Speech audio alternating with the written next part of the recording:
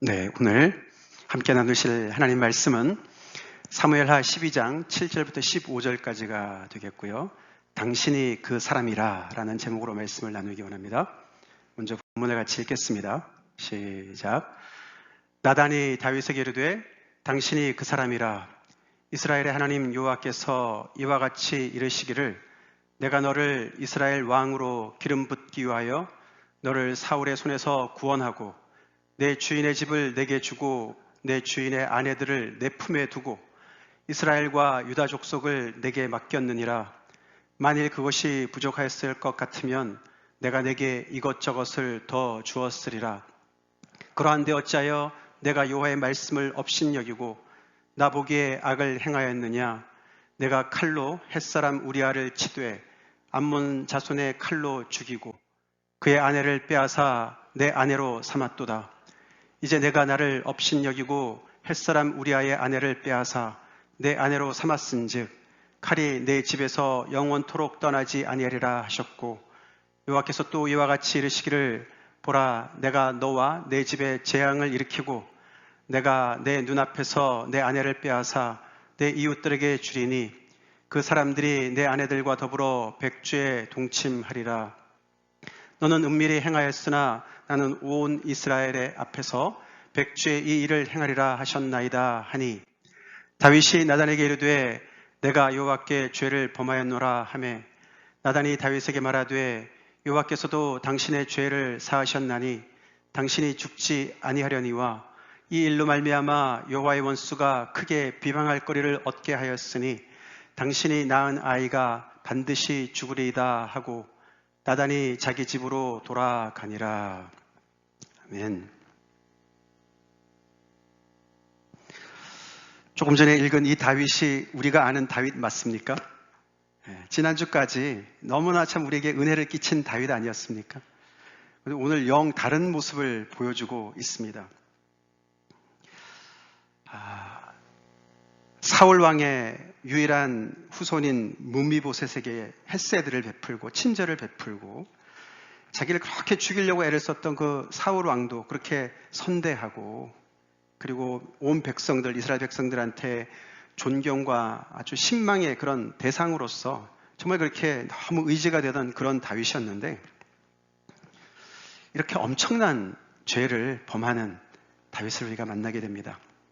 요즘 사무엘하의 진도가 바로 여기에요. 그래서 참 조금 실망이 되고 우울하죠.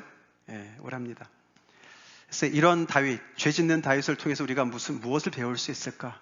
무슨 은혜를 우리가 얻을 수 있을까? 지금 다윗은 정말 형편없이 참패를 당하고 있습니다. 지금까지 그가 쭉 우리에게 보여줬던 놀라운 그런 정말 본이 되는 그런 삶의 어떤 그 큰 전환점을 맞이했습니다. 그것의 시발은 바로 밧세바 사건이었습니다. 아시다시피 다윗은 그렇게 정말 거인, 구척장신 골리앗도 때려눕힌 사람인데 이 한 여인의 아름다움에 무너졌습니다. 밧세바한테 무릎을 꿇었어요. 그러면서 거기서 머물지 않고 그의 남편인 우리아, 자기의 충직한 신하를 너무나 비열한 방법을 써가지고 그를 처치해버렸습니다. 어떻게 이런 일을 할 수 있을까? 이해가 안 됩니다. 도대체 왜 이렇게 다윗이 변했을까요? 무엇 때문에 이렇게 다윗이 변했을까? 성경은 딱딱 꼬집어서 이것 때문에 변했다라고는 얘기하지 않지만 우리가 전체적인 정황을 봤을 때 우리는 이렇게 유추해 볼 수가 있습니다. 그는 아마도 내가 왕인데 이 정도야, 이 정도쯤이야. 그런 자만심이 싹이 텄던 것 같습니다. 그는 이제 어느새 국내적으로, 국외적으로 정말로 자타가 공인하는 그런 정말 많은 공을 세운 그런 왕이었어요. 지금도 전쟁 중이었는데 그는 왠지 전쟁에 나가질 않고 혼자 남았어요. 그래서 왕궁을 거닐다가 어떻게 때마침 목욕하는 밧세바를 보게 된 거 아닙니까? 그런 중에 그래도 내가 왕인데 이 정도야. 그렇게 생각을 하고서 자기의 욕정을 앞세워서 죄를 범하게 되었습니다. 아마 이렇게 생겼을 것 같아요. 그렇죠? 뒷감당 내가 하면 되지. 그까짓 거 하면 되지. 그런 생각을 했는지 모르겠습니다. 내가 왕인데, 내가 원하는 거 다 할 수 있는데. 너무나 안타깝습니다. 이런 자만심과 자기 과신이 지금까지 그가 정말 이 정상을 향해서 열심히 겸손하게 잘 하나님 앞에서 이렇게 서 있던 다윗이 정말 선줄로 착각을 해서 아주 크게 추락하고 넘어지는 모습을 보여주고 있는 것입니다. 그러나 그는 이 사건을 통해서 너무나 뼈아픈 레슨을 받게 되죠. 내가 왕이긴 하지만 이방 나라들의 절대 군주와 같은 그런 왕은 아니구나 깨달았습니다. 이 나라는 달랐거든요. 이방 나라들과 달랐습니다. 그 나라에 진정한 왕이 계셨습니다. 아멘. 여호와가 계셨어요. 여호와 하나님이 계셨어요. 그래서 그는 절대 주권자가 아니었습니다. 하나님의 밑에서 백성들을 돌보는 목자로 부름을 받았지, 자기가 왕이기 때문에 이 정도, 상대적으로 봤을 때 이 정도는 괜찮아. 사실 상대적으로 따지면 괜찮은 사람이죠. 주변의 다른 나라들을 보면은 그 제왕들이 뭘 못하겠습니까? 마음대로 다 할 수 있죠. 그러나 그는 그런 상대적인 기준에 의해서 나는 그래도 저 사람들보다는 나아라고 자위할 수가 없었습니다. 하나님의 백성들은 항상 절대 평가인 줄로 믿습니다. 하나님이 절대적이시기 때문에, 하나님의 말씀이 절대적이기 때문에 하나님의 말씀의 기준에 다윗은 살았어야 했습니다. 그것을 알게 돼요. 깨닫게 돼요. 뒷감당요? 절대로 못하지요. 어떻게든지 무마해 보려고 우리아까지는 입을 막기 위해서 죽였지만 하나님이 가만히 계시지 않았습니다. 오늘 우리가 본문을 읽어봤지만 죄가 죄를 낳고 그 죄가 어디까지 번지냐면은 곧 이제 우리가 지금 이제 이 오늘 본문 지나서 이 13장부터 19장까지 우리가 계속 이번 주도 계속 보겠지만요. 이 다윗의 왕가 안에 비극이 벌어지는데 정말 입에 담기도 힘든 엄청난 그런 비극이 벌어지기 시작합니다. 그 중에 중요한 세 인물이 다말, 암논, 압살롬입니다. 아시다시피 다윗이 아내를 많이 뒀어요. 아내도 많은데 처첩도 많이 뒀어요. 그래서 여기저기에서 아이들이 많이 태어났는데 그 사이에 남모르는 알력이 많이 있었죠. 그 중에서 암논이 가장 장자였습니다. 그가 이 압살롬의 누이인 다말을 연모했어요. 아시죠? 어떻게 할 수가 없으니까 꾀를 내서 자기 집에 오게 해서 그를 강간했습니다. 그 얘기를 다 알고서도 압살롬은 그것을 참으면서 원수를 갚을 일을 기다렸죠. 그런 일이 벌어지는 동안에 다윗은 어떻게 해볼 도리가 없었어요. 하나님께서 이 집안에 칼과 재앙이 끊임없이 올 거다라는 말씀대로 이 집안에 이런 우환이 끊임없이 일어나는구나. 아마 그런 어떤 죄책감 때문에 그랬는지 이런 짓을 한 암논을 야단을 치지도 않고 그냥 노하기만 하고 아무런 대책을 강구하지 않았습니다. 그래서 결국은 압살롬이 자기가 스스로 꾀를 내서 그 암논을 제거하죠. 강간과 살인이 벌어진 뒷감당요? 못하지요. 우습게 봤죠. 죄를 너무 평가절하했죠. 다윗이. 오히려 자기가 고통을 받으면 더 좋겠는데 이런 모든 아픔이 이 자녀들 안에 일어나는 거예요. 이 다말은 얼마나 불쌍합니까? 공주였는데 말이죠. 그래서 그는 너무나 처량하게 인생을 지낼 수밖에 없었고, 그래서 결국은 압살롬이 이 암논을 죽인 다음에 도망을 쳐서 한 3년 동안 자기 외조분의 집에 가서 살았습니다. 그래도 다윗은 이렇다 할 해결책을 내놓지 않았어요. 다윗이 달라졌어요. 분별력이 떨어진 것인지 하여튼 자기 어떤 그런 죄짐 때문에 그런 것인지 뭔가 다릅니다. 그렇게 영민하고 판단력이 뛰어나고 그렇게 정말 정의로웠던 다윗이 달라졌어요. 그래서 결국은 요압 장군의 그런 기지를 통해서 압살롬을 데리고 오긴 했지만 그 압살롬을 보지를 않습니다. 다윗이 압살롬을 보지를 않아요. 2년 동안 얼굴을 보지 않았습니다. 아들을 용서하지 않는 거예요. 결국 그래서 압살롬이 아시다시피 반란을 일으키지 않습니까? 그래서 압살롬 손에 거의 죽을 뻔했어요. 다윗이 도망쳐요. 이 예루살렘 성을 놔두고 도망을 칩니다. 그런 일이 벌어지는 거예요. 뒷감당요? 못했어요. 다윗은 못했습니다. 다윗은 왕이었기 때문에 그가 이런 모든 일들의 그 스케일이 우리 보통 사람들하고 좀 다르죠. 그렇지만 죄 짓는 심리는 거의 비슷한 것 같습니다. 그렇죠? 그래서 우리가 배울 점이 있어요. 우리도 뭔가를 향해서 열심히 겸손히 허리띠를 동여매고 열심히 살 때는 그래도 뭔가 정신을 차리고 있는데 뭔가 이루었다 했을 때 나태해지지 않습니까? 해이해지지 않습니까? 다윗이 전장에 나가질 않고 그 왕궁 옥상에서 거닐 그때 거의 암몬 족속도 거의 이겼거든요. 그 주변의 시리아 군대도 다 연합군들을 다 물리치고 거의 끝난 전쟁이었어요. 그래서 이미 지금까지 이루어놓은 것도 엄청난데 이제 이 마무리하는 것까지 내가 해야 되냐 뭐 이런 생각을 한 것 같습니다. 그래서 자만 섰다. 이제는 내가 좀 누려도 되지. 지금까지 내가 애를 썼는데 이 정도는 좀 쉬어도 되지. 자기 자신에게 만족을 주는 gratifying 하는 그런 순간을 가진 것이죠. 우리도 비슷하죠. 우리도 뭔가 내가 이루었다 방심할 때 정말 조심해야 됩니다. 참 하필 왜 그 순간에 밧세바가 왜 거기서 목욕을 했을까요? 밧세바 잘못은 아니지만 그게 참 신기합니다. 그래서 우리는 굉장히 조심해야 돼요. 조심해야 돼요. 우리의 싸움은 영적인 싸움이거든요. 아멘? 영적인 싸움이에요. 타이밍이 이게 물론 그렇다고 해서 누가 딱 맞췄다 이렇게 생각할 것이 아니라 너무 우연치고는 좀 그렇지 않습니까? 뒷감당?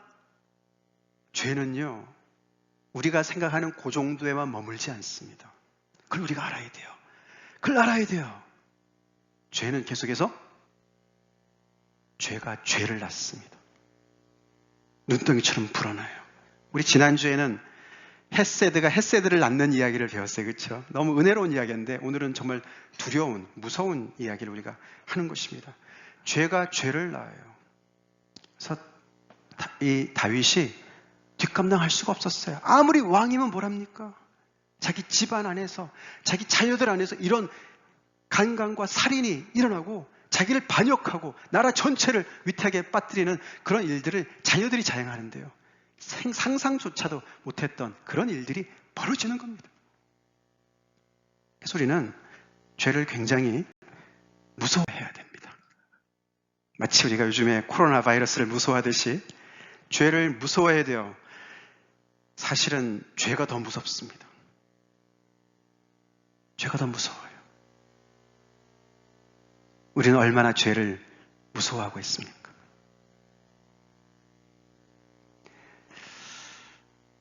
성경에 야고보서에 이런 말씀 나옵니다. 같이 읽겠습니다. 시작. 욕심이 잉태한즉 죄를 낳고 죄가 장성한즉 사망을 낳느니라. 마음의 욕심이, 조그만 욕심이 통로가 되는 거예요. 그래서 죄가 그리로 들어갑니다. 거기서 알을 낳듯이 낳는 거예요.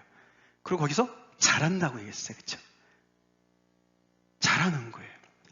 자라서 때가 되면은, 우리가 10달 되면은 아기를 출산하듯이 때가 되면은 이 죄도 뭔가를 낳는데 그게 사망이라고 얘기를 합니다. 무시무시한 사망. 이 말씀만 가지면은 참 굉장히 철학적인 얘기 같지 않습니까? 그러나 우리가 이 다윗의 왕가의 지금 조금 전에 얘기했던 그 사건과 연결해 보면은 정말 실감나지 않습니까? 그 다윗의 가문에 사망의 그림자가 여기저기 있습니다.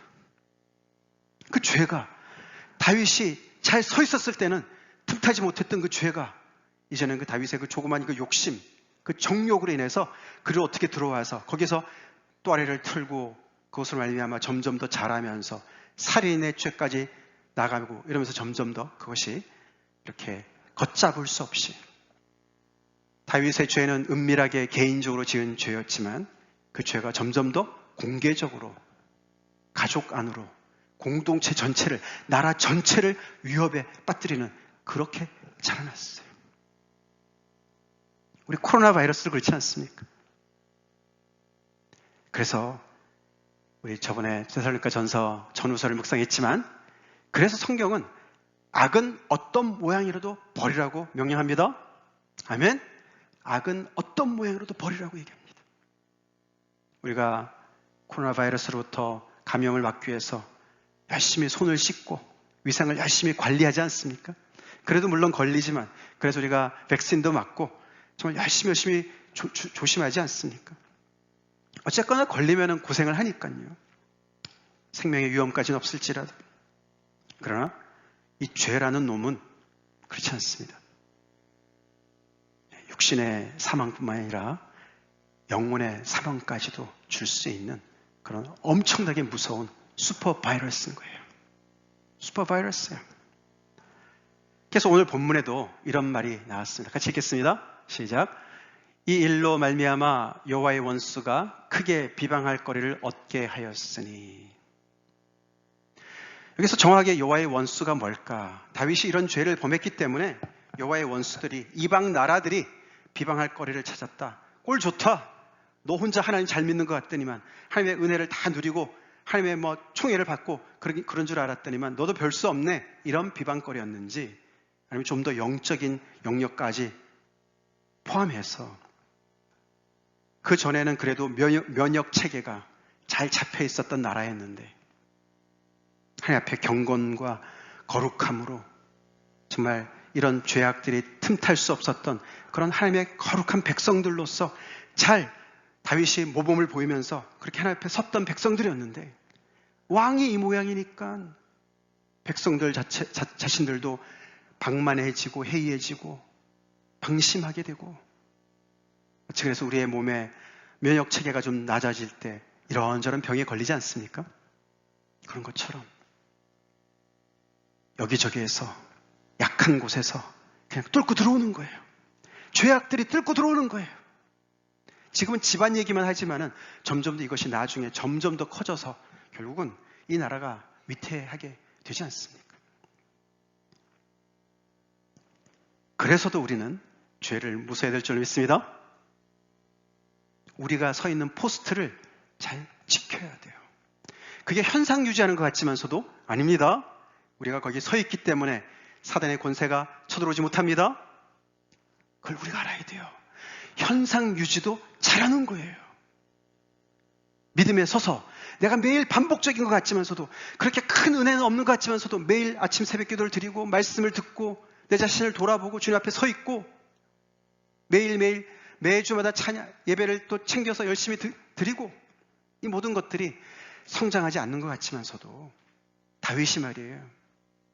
그동안에 해왔던 모든 대로, 그것대로 매번 하듯이 함께 예배를 드리고 기도하고 잘하는 찬송을 하고 그렇게 계속 그 루틴을 이어나갔었다면 얼마나 좋았겠습니까?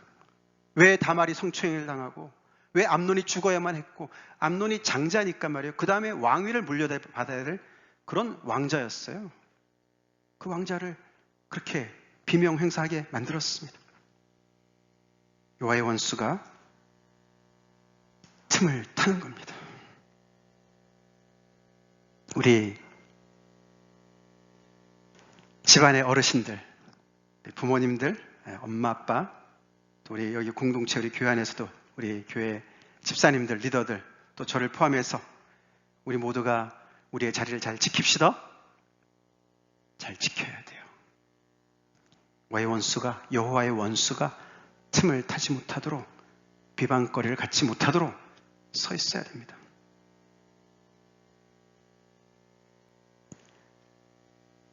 이 말씀처럼 죄가 걷잡을 수 없이 여기저기서 그냥 그 전선을 뚫고서 온 사방에서 그냥 잡아 먹으려고 달려드는 그런 상황이 이 13장부터 쭉 펼쳐지고 있는 거예요. 너무너무 안타깝습니다. 자, 그런 이야기만 있으면은 정말 우리가 너무 우울할 텐데, 오늘 우리가 읽었던 본문에서 그래도 너무 감사하게도 다윗에게는 나단이 있었어요. 나단 선지자가 있었어요. 나단 선지자가. 요즘 말하면 목사죠. 목사가 찾아온 거예요. 지금 죄의 슈퍼 바이러스에 걸려 있으니까 약을 가지고 왔어요. 그 약이 뭔지 아세요? 그 약이 바로 이거였습니다. 당신이 바로 그 사람이다. 당신이 바로 그 사람이다. 하나님의 말씀을 가지고 왔다고요. 이렇게 안하무인이 돼버린 다윗 앞에 이 나단은 정말 용기 있게 나섰습니다. 그렇지 않습니까? 밧세바도 취하고 뒤에 은밀하게 했지만서도 중간에 주위에 있는 사람들이 왜 몰랐겠습니까? 그렇죠? 우리아를 죽이고 요압한테 편지를 써가지고 말이죠. 요압도 다 알고 있었어요. 그런데도 그걸 자행했습니다. 그런 다윗 앞에 나단이 혼자 갔어요. 당신 지금 병에 걸렸습니다. 이 약을 먹어야 삽니다. 이 말을 들으십시오. 그 얘기가 바로 당신이 바로 그 못된 놈입니다. 그 얘기를 했어요. 오늘 우리가 7절부터 읽었지만 앞에 12장 1절부터 쭉 읽어보시면 너무나 재미있는 스토리 아닙니까? 나단이 스토리를 하나 얘기했습니다. 그랬죠? 어느 마을에 두 사람이 있었습니다. 한 사람은 부자고 한 사람은 가난한 사람이었어요. 부자는 양과 소가 너무 많았습니다. 근데 가난한 사람은 딱 암양 한 마리가 있었어요.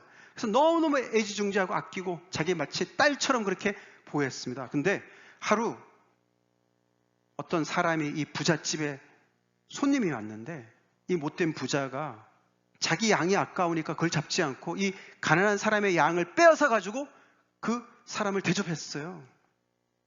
그렇게 하면서 비유로 다윗 앞에 하나님의 말씀의 거울을 쫙 비춰줬어요. 다윗이 그 거울 앞에서 그게 자기 모습인지 몰랐어요. 그 정도로 다윗이 변했죠. 어두워졌죠. 다윗이 뭐라 그랬습니까? 그 놈을 당장 능지처참해라.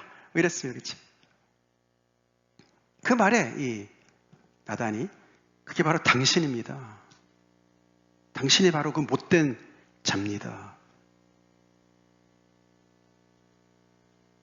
거기서 이제 다윗의 위대함이 나타나죠. 위대한 것은 큰 거 잘한 것도 위대하지만요. 여기 이런 모습도 위대해요. 조금 전까지만 해도 자아가 부풀려서 하나님도 없게 그렇게 살았던 다윗인데 이 말 하나 딱 듣고 거기서 하나님의 말씀을 다 듣고 뭐라고 응답합니까? 이 하나님의 말씀, 이 쓴 약을 삼킵니다.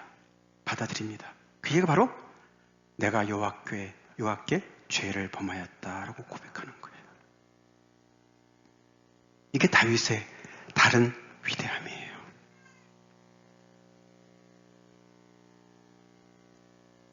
내가 여호와께 죄를 범하였다. 왕의 체면이고 뭐고 신경 안 씁니다.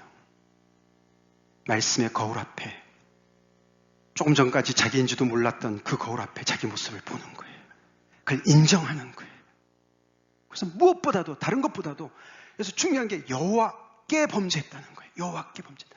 왜 여호와께만 범죄했습니까? 밧세바한테도 범죄했고 우리한테도 범죄했고 그 온 가족에게도 범죄했고 온 나라에게 범죄했는데도 그것도 다 맞지만 진짜 가장 자기가 너무너무 죄송한 것은 여호와께 범죄한 거예요. 여호와가 가장 죄송한 거예요. 여호와께. 그는 은혜를 아는 사람이었거든요. 자기가 은혜를 배신한 걸 알았거든요. 하나님을 업신여기고 하나님의 말씀을 업신여기고 자기가 이렇게 엄청난 죄악 가운데 떨어진 것을 알게 되었거든요. 그래서 그는 이런 바른 말하는 나단을 제거하지 않고 감사하게 그의 입을 틀어막지 않고 우리아처럼 죽이지 않고 그 쓴 이야기를 다 듣습니다. 아까 우리가 읽었던 그 이야기, 쓴 이야기를 다 듣습니다. 그 얘기를 듣고서 하나님께서 이렇게 엄청난 재앙을 내리시겠다고 말씀하시는데도 불구하고 그거는 둘째고 제가 죄를 졌습니다. 제가 이 말씀을 약으로 알고 먹겠습니다.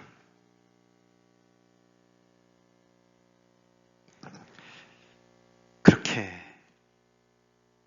자백을 했어요. 그래서 우리가 아는 다윗이 있습니다. 아멘? 네, 그래서 우리가 아는 다윗이 있어요. 다윗은 그래서 어떻게 하나님 앞에 정말 잘 서가느냐도 보여주지만 추락했을 때 어떻게 다시 일어서느냐도 보여주는 인물이에요. 그래서 다윗이 그렇게 사랑받는 인물입니다. 그냥 탄탄대로 성공만 하는 사람이면 정말 우리가 거리감이 느껴지지 않습니까? 그래서 우리가 하나님의 은혜를 얘기할 때 대표적인 인물로 다윗을 꼽습니다. 로마서에서도 보면요. 우리가 우리의 행위로 구원받았다는 것이 아니고 하나님의 은혜로 구원을 받았다라는 것을 할 때 대표적인 신뢰로 다윗을 얘기해요. 다윗이 그 전에도 하나님의 헷세대의 사랑에 너무너무 감사했지만 이렇게 죄 가운데 빠져봤는데 이렇게 그 안에서 하나님 앞에 모든 그 죄악의 그 결과를 다 자기가 감당하더라도 하나님 정말 제가 잘못했습니다. 이렇게 고백함으로 인해서 그는 하나님의 또 다른 차원의 은혜를 경험하게 되거든요. 그래서 우리가 연약한 우리의 모습을 많이 보여주는 다윗이 그렇게 정겨운 거예요. 우리가 시편에 다윗의 시편이 많이 나오지 않습니까? 적어도 우리가 이 사건과 연루되어 있는 이 사건이 꼭 밧세바뿐만 아니라 우리야 그리고 나중에 이렇게 가족사에서 많은 어려움들이 겪는 이런 어려움을 쫙 지나가면서 그가 특별히 이제 이 죄 지은 부분에 대해서 이렇게 직접적으로 연결되는 그런 시편이 한 적어도 3개를 우리가 꼽아볼 수 있어요. 3편을. 여러분 생각나시는 거 있으시죠? 제일 먼저 떠오르는 거는 시편 51편입니다. 51편. 한번 집에 가셔서 한번 쫙 차근차근 한번 읽어보세요. 다윗의 심정이 많이 정말 공감이 갈 것입니다. 그 중에 우리 4절만 같이 읽어보겠습니다. 시작. 내가 주께만 범죄하여 주의 목전에서 악을 행하였사오니 주께서 말씀하실 때에 의로우시다 하고 주께서 심판하실 때에 순전하시다 하리이다. 하나님이 100% 옳습니다. 하나님이 100% 옳습니다. 아무런 변명을 안 해요. 핑계를 안 대요. 상황이 그래서요. 그 여인이 그때 갑자기 그렇게 해서요. 이런 얘기 안 합니다. 핑계, 변명 있는 거 참된 회개가 아닙니다. 여기서도 그가 내가 주께만 범죄했다라고 고백을 합니다. 그렇다고 사람들한테 잘못해놓고 하나님께만 용서 구하면 돼 이 얘기하는 거 아닙니다. 하나님은 그거 철저히 따지세요. 그렇죠? 속건제가 뭐예요? 다른 사람에게 배상하는 거예요. 하나님의 말씀은 항상 그렇습니다. 너가 형제에게 하는 것이 나에게 하는 것이고 항상 같이 갑니다. 여기서 이 다윗이 얘기하는 건 뭐냐면요. 이 정말 자기의 모든 존재의 근원 되시는 하나님에게 가장 죄송한 것을 표현하는 겁니다. 우리 자녀들 다 이렇게 부모님들 키워보시잖아요. 그죠? 자녀들이 이렇게 혼날 때 잘못했어요. 그렇게 이제 그 소리를 받아내려고 우리가 많이 혼내지 않습니까? 근데 막 아주 죽으라고 잘못했다는 걸 인정을 안 해요. 그렇죠? 저희 아들이 좀 그랬어요. 얘가 I am sorry를 그렇게 안 한 거예요. 그래서 많이 맞았어요. 어렸을 때. 맨배를 좀 맞았어요. 한 번은 걔가 그래서 sorry를 했는데 제 어떤 집사님이 얘 오늘 예수님 믿었다고 회개했다고 그랬었어요. 희수가 오면 얘기하지 마세요. 자, 그런데 그런 이제 자기가 자기 잘못을 이렇게 인정하는 그런 부분이 참 쉽지 않은 거지 않습니까? 근데 아이들이 I'm sorry를 또 영악하게 하는 애들이 있어요. 안 맞으려고. 진짜는 sorry가 아닌데 입에 배가지고, 그쵸? 근데 애들이 정말 뜨거운 눈물을 뚝뚝 흘리면서 잘못했어요는 언제 합니까? 엄마 아빠의 사랑을 알 때 잘못한 걸 알아요. 진정한 회개는 거기서 와요. 내가 벌 받을까봐 두려워서도 잘못했어요도 해야 되지만, 진짜 철이 들어서 내가 부모님한테 정말 잘못했구나, 그거는 사랑을 깨달아야 돼요. 은혜를 깨달아야 돼요. 이게 지금 다윗이 제대로 진짜 회개한 모습을 보여주는 겁니다. 우리가 부모님의 은혜와 사랑을 많이 받죠. 당연히 감사하죠. 하나님의 사랑에 가장 가까운 사랑이 부모의 사랑 아니겠습니까? 그 중에서도 우리를 낳으신 어머님의 사랑이 크죠. 네, 그 이상의 사랑이 하나님의 사랑인 줄로 믿습니다. 아멘. 잘 안 느껴지시죠? 우리 지난주도 그래서 헷세대의 사랑을 말씀드렸잖아요. 이 다윗이 왕인데 무비보셋을 얼마나 사랑했습니까?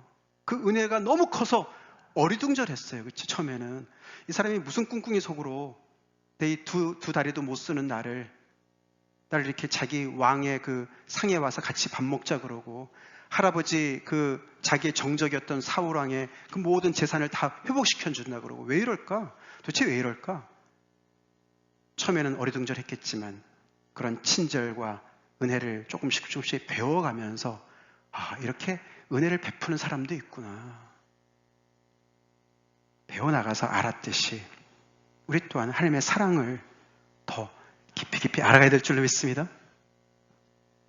하나님의 말씀 뭐라 그래요? 우리가 아직 죄인 되었을 때 우리를 위하여 아들을 내어주신 분이 하나님의 사랑이라고 그러는 거예요. 아멘? 그거 모르면 사랑을 모른다고 얘기합니다. 하나님은 사랑이시라. 사랑은 곧 하나님이다. 이런 말은 안 하지만 하나님은 곧 사랑이다라고 말씀하십니다. 그걸 다윗은 아는 거예요. 그래서 그런 하나님을 무시하고 업신여기고 자기가 멋대로 행한 것이 그런 사람들한테도 너무 미안하지만 진짜 너무 미안한 것은 하나님인 거예요. 그게 바로 내가 주께만 범죄했다라고 고백하는 고백인 겁니다. 함께 우리가 제대로 죄를 깨닫고 회개할 때 우리는 사람에게도 제대로 회개하고 제대로 잡을 줄로 믿습니다. 그렇게 됩니다. 그래서 다윗은 이런 일련의 사건을 통해서 자기가 왕이기 때문에 이 정도도 괜찮을 거야 라고 생각했던 거라든가, 내가 뒷감당할 수 있어 라고 생각했던 모든 것들이 다 무너지는 걸 경험하면서 하나님 앞에 백기를 드는 거죠. 하나님, 제가 오만했습니다. 교만했습니다.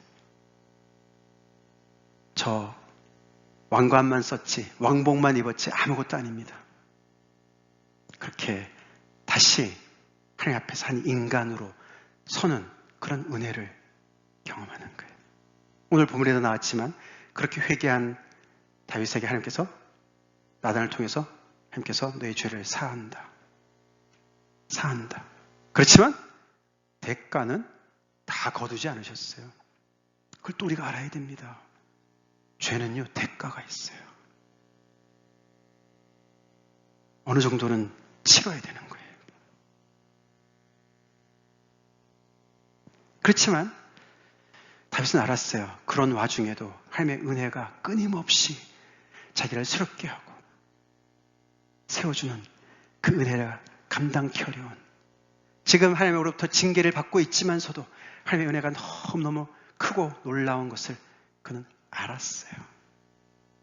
부서지고 깨어지면서 그 와중에도 하나님의 다른 그런 측면의 은혜를 더 깊이 알아가는 사람이 되었어요. 또 다른 시편은 32편인데 그는 시간이 없어서 그냥 넘어가고요. 여러분들 혹시 기억해서 한번 읽어보시기 바랍니다. 32편. 그 다음에 제가 함께 읽어보고 싶은 거는 시편 103편입니다. 103편. 제가 새벽기도 예배 때도 잠깐 말씀을 언급했는데, 자, 우리 한번 같이 읽어보겠습니다. 같이 읽겠습니다. 시작.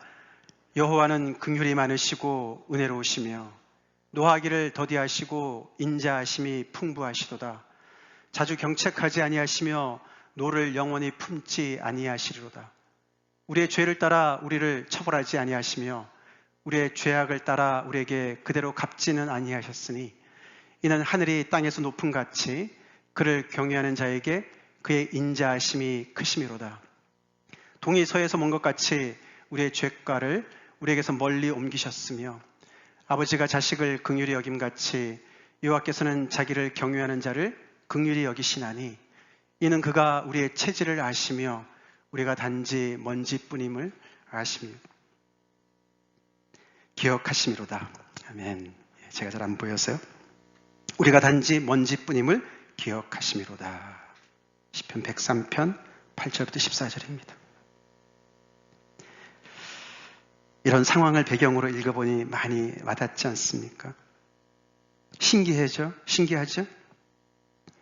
하나님의 징계가 있는데 너무 고통스럽고 힘든데 여전히 하나님의 긍휼이 많다고 얘기를 하고 은혜롭다고 얘기를 하고 하나님의 인자가 풍부하다고 얘기를 합니다. 다윗은 양심이 있었어요. 자기 잘못을 알았어요. 그래서 대가를 달게 받고 있어요. 함께 잘못을 고하는 것 용서해 주세요. 이것은 지우개가 아닙니다. 지우개로 그냥 컴퓨터 하듯이 아닙니다. 키가 아닙니다. 하나님 우리 죄를 용서하실 때는 예수님의 피가 생명이 필요했어요. 아멘? 대가가 필요해요. 대가가 항상 있어요. 그게 징계죠. 디서플린이죠. 다윗이 육을 입고 있기 때문에 그런 자기의 자만심과 그런 모든 것들이 그냥 벗어지지 않았어요. 그 미련함이 벗어지지 않았어요. 이런 고통을 통해서 자기의 그런 모든 면들이 드러나면서 맨 끝에 자기의 체질이 결국 나도 먼지에 불과한 존재구나. 왕이 돼서 글쎄요 한 10년, 20년 왕 노릇을 했는지 모르겠어요. 그래서 자기가 뭔가 대단한 존재인 줄 알았는데 하나님을 떠나서는 아무것도 아닌 것을 알게 됐죠. 그래서 그는 아버지가 자식을 긍휼히 여기는 것 같이 여호와께서 나를 긍휼히 여기시는구나. 불쌍히 여기시는구나. 내가 하나님을 경외하니까. 이 경외. 우리는 하나님을 항상 경외해야 될 줄 믿습니다. 어떤 순간에도요. 징계를 받는 순간에도 우리는 여호와를 경외할 줄 알아야 돼요. 그래야 하나님의 긍휼을 입을 수가 있습니다. 비슷한 죄에 빠졌던 사울 왕은 안타깝게도 하나님을 경외하는 자리에 못 갔던 사람이에요. 하나님의 예배를 우습게 여기고 하나님을 그렇게 중하게 여기지 않았던 사람이에요. 사람들의 눈이 더 중요했던 사람이에요. 그러지 말아야 됩니다. 하나님이 전부여야 돼요. 다윗이 그걸 고백하고 있어요. 주께만 범죄했다. 하나님이 전부인 거예요. 그래서 하나님이 가장 두렵고 그렇기 때문에 하나님의 은혜가 가장 필요하고 하나님의 용서가 필요하고 하나님의 긍휼이 필요하고 내가 지금 비록 이런 연단을 받고 징계를 받는 한이 있더라도 하나님의 긍휼만 거둬가지 않으시면 인자만 거둬가지 아니하시면 저는 살 수 있습니다. 감당할 수 있습니다. 그렇게 고백하는 것을 볼 수가 있지 않습니까? 나중에 압살롬이 이 나라를 거의 다 뒤집어 정말 이렇게 삼키려고 할 때 도망을 갈 때 말이죠. 그런 장면이 나옵니다. 주의 사람들이 하나님의 법궤를 가지고 도망치자고 얘기해요. 하나님의 법궤를 가지고 가야 어디 가서라도 왕 노릇을 할 수 있을 것 같으니까요. 근데 다윗이 뭐라 그럽니까? 아니다. 네. 하나님이 나를 불쌍히 여기셔서 나를 다시 돌아오게 하시면 내가 다시 하나님을 뵐 것이다. 그러나 하나님께서 만약에 나를 싫어하셔서 나를 버리신다 하더라도 나는 하나님께 감사할 뿐이다. 받을 것이다. 하나님의 처분대로 나는 받을 것이다. 그렇게 고백을 합니다. 그만큼 다윗은 달게 받는 거예요. 달게 받습니다. 머리 안 써요. 그런 모습을 하나님이 어여삐 보신 줄로 믿습니다. 그래서 하나님께서 왕권을 회복시키시고, 나중에 우리가 말이에요, 이런 다윗인데 말이죠, 여전히 이스라엘 백성들은 이 다윗을 기다렸어요. 이스라엘 백성들만 이 다윗을 기다린 것이 아니라 하나님도요, 저 뒤에 에스겔서 34장에 가보면은 이 이스라엘의 목자들이, 이 정치꾼들이 너무너무 못된 짓을 많이 하고 백성들의 그 고혈을 다 빨아먹고 막 그랬거든요.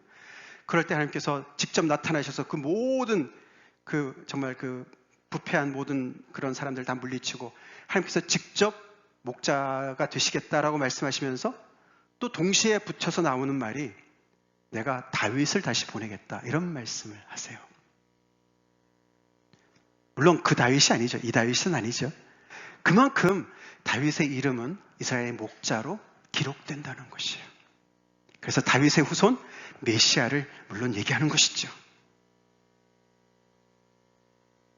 그만큼 하나님의 말씀, 우리의 모습을 비춰주는 그 말씀, 당신이 바로 그 사람이야 라고 하는 그 말씀, 쓰고 힘들고 받아들이기 어렵고 인정하기 힘들지만 그것을 받은 다윗이었기 때문에 하나님이 큰 은혜 속에 들어갔어요. 오늘 이 설교 제목이 당신이 그 사람이다. 우리가 하나님의 말씀을 들을 때, 나 오늘 은혜를 받았어. 은혜 받은 것의 가장 확실한 그 증거는 뭔지 아세요? 오늘 말씀의 주인공이 바로 나였구나. 그게 바로 나였구나. 그게 은혜 받은 겁니다. 아멘? 그게 은혜 받은 거예요. 나단의 이 짧은 설교에 다윗이 은혜를 받았어요. 물론 그래서 자기는 죽을 정말 마시고 그 길을 갔어야만 했지만서도 그게 은혜를 제대로 받는 거죠. 찬양이 너무나 흥분되고 놀랍고 설교가 막 매끄럽고 그래서 은혜 받는 게 아닙니다.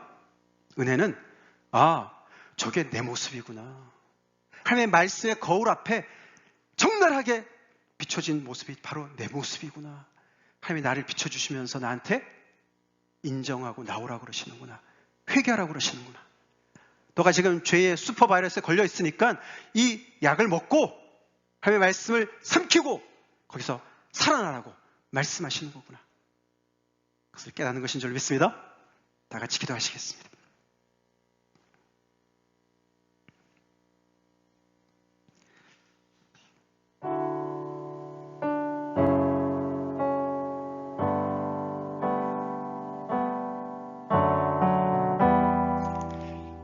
하나님 앞에 잘 서 있던 다윗도 은혜가 되지만 이렇게 너무나 끔찍한 죄를 진 다음에 다윗이 어떻게 거기서부터 다시 재기하느냐, 그 모습도 참 은혜가 됩니다. 이렇게 하나님은 시퍼렇게 살아계십니다. 다윗이 절대 군주가 아니었습니다. 그 일대를 호령하는 엄청난 정말 존경받는 왕이었지만 그는 하나님 앞에서 먼지뿐인 존재인 것을 고백하지 않을 수가 없었던, 그래서 그가 참 인간이죠. 우리 인생 가운데는 이 천지를 지신 여호와 하나님을 경외하는 마음이 있습니까?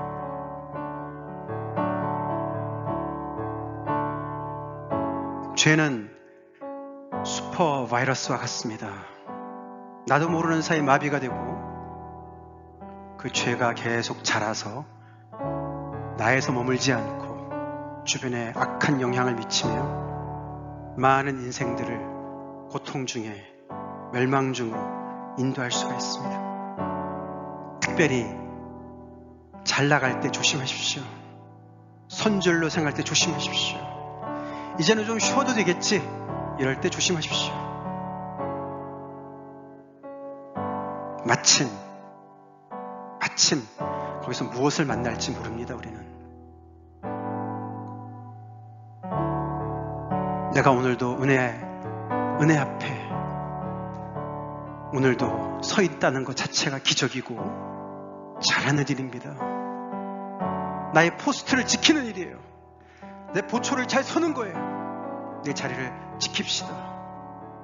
여호와의 원수들에게 큰 비방거리를 주는 그런 일을 해서 여기저기서 일이 터지고 자기뿐만 아니라 가족에게 공동체 안에 큰 누를 끼치는 우리가 되지 맙시다. 이 모든 일 앞에 하나님 앞에 우리 나갑시다. 하나님 앞에 나갑시다. 같이 기도하겠습니다.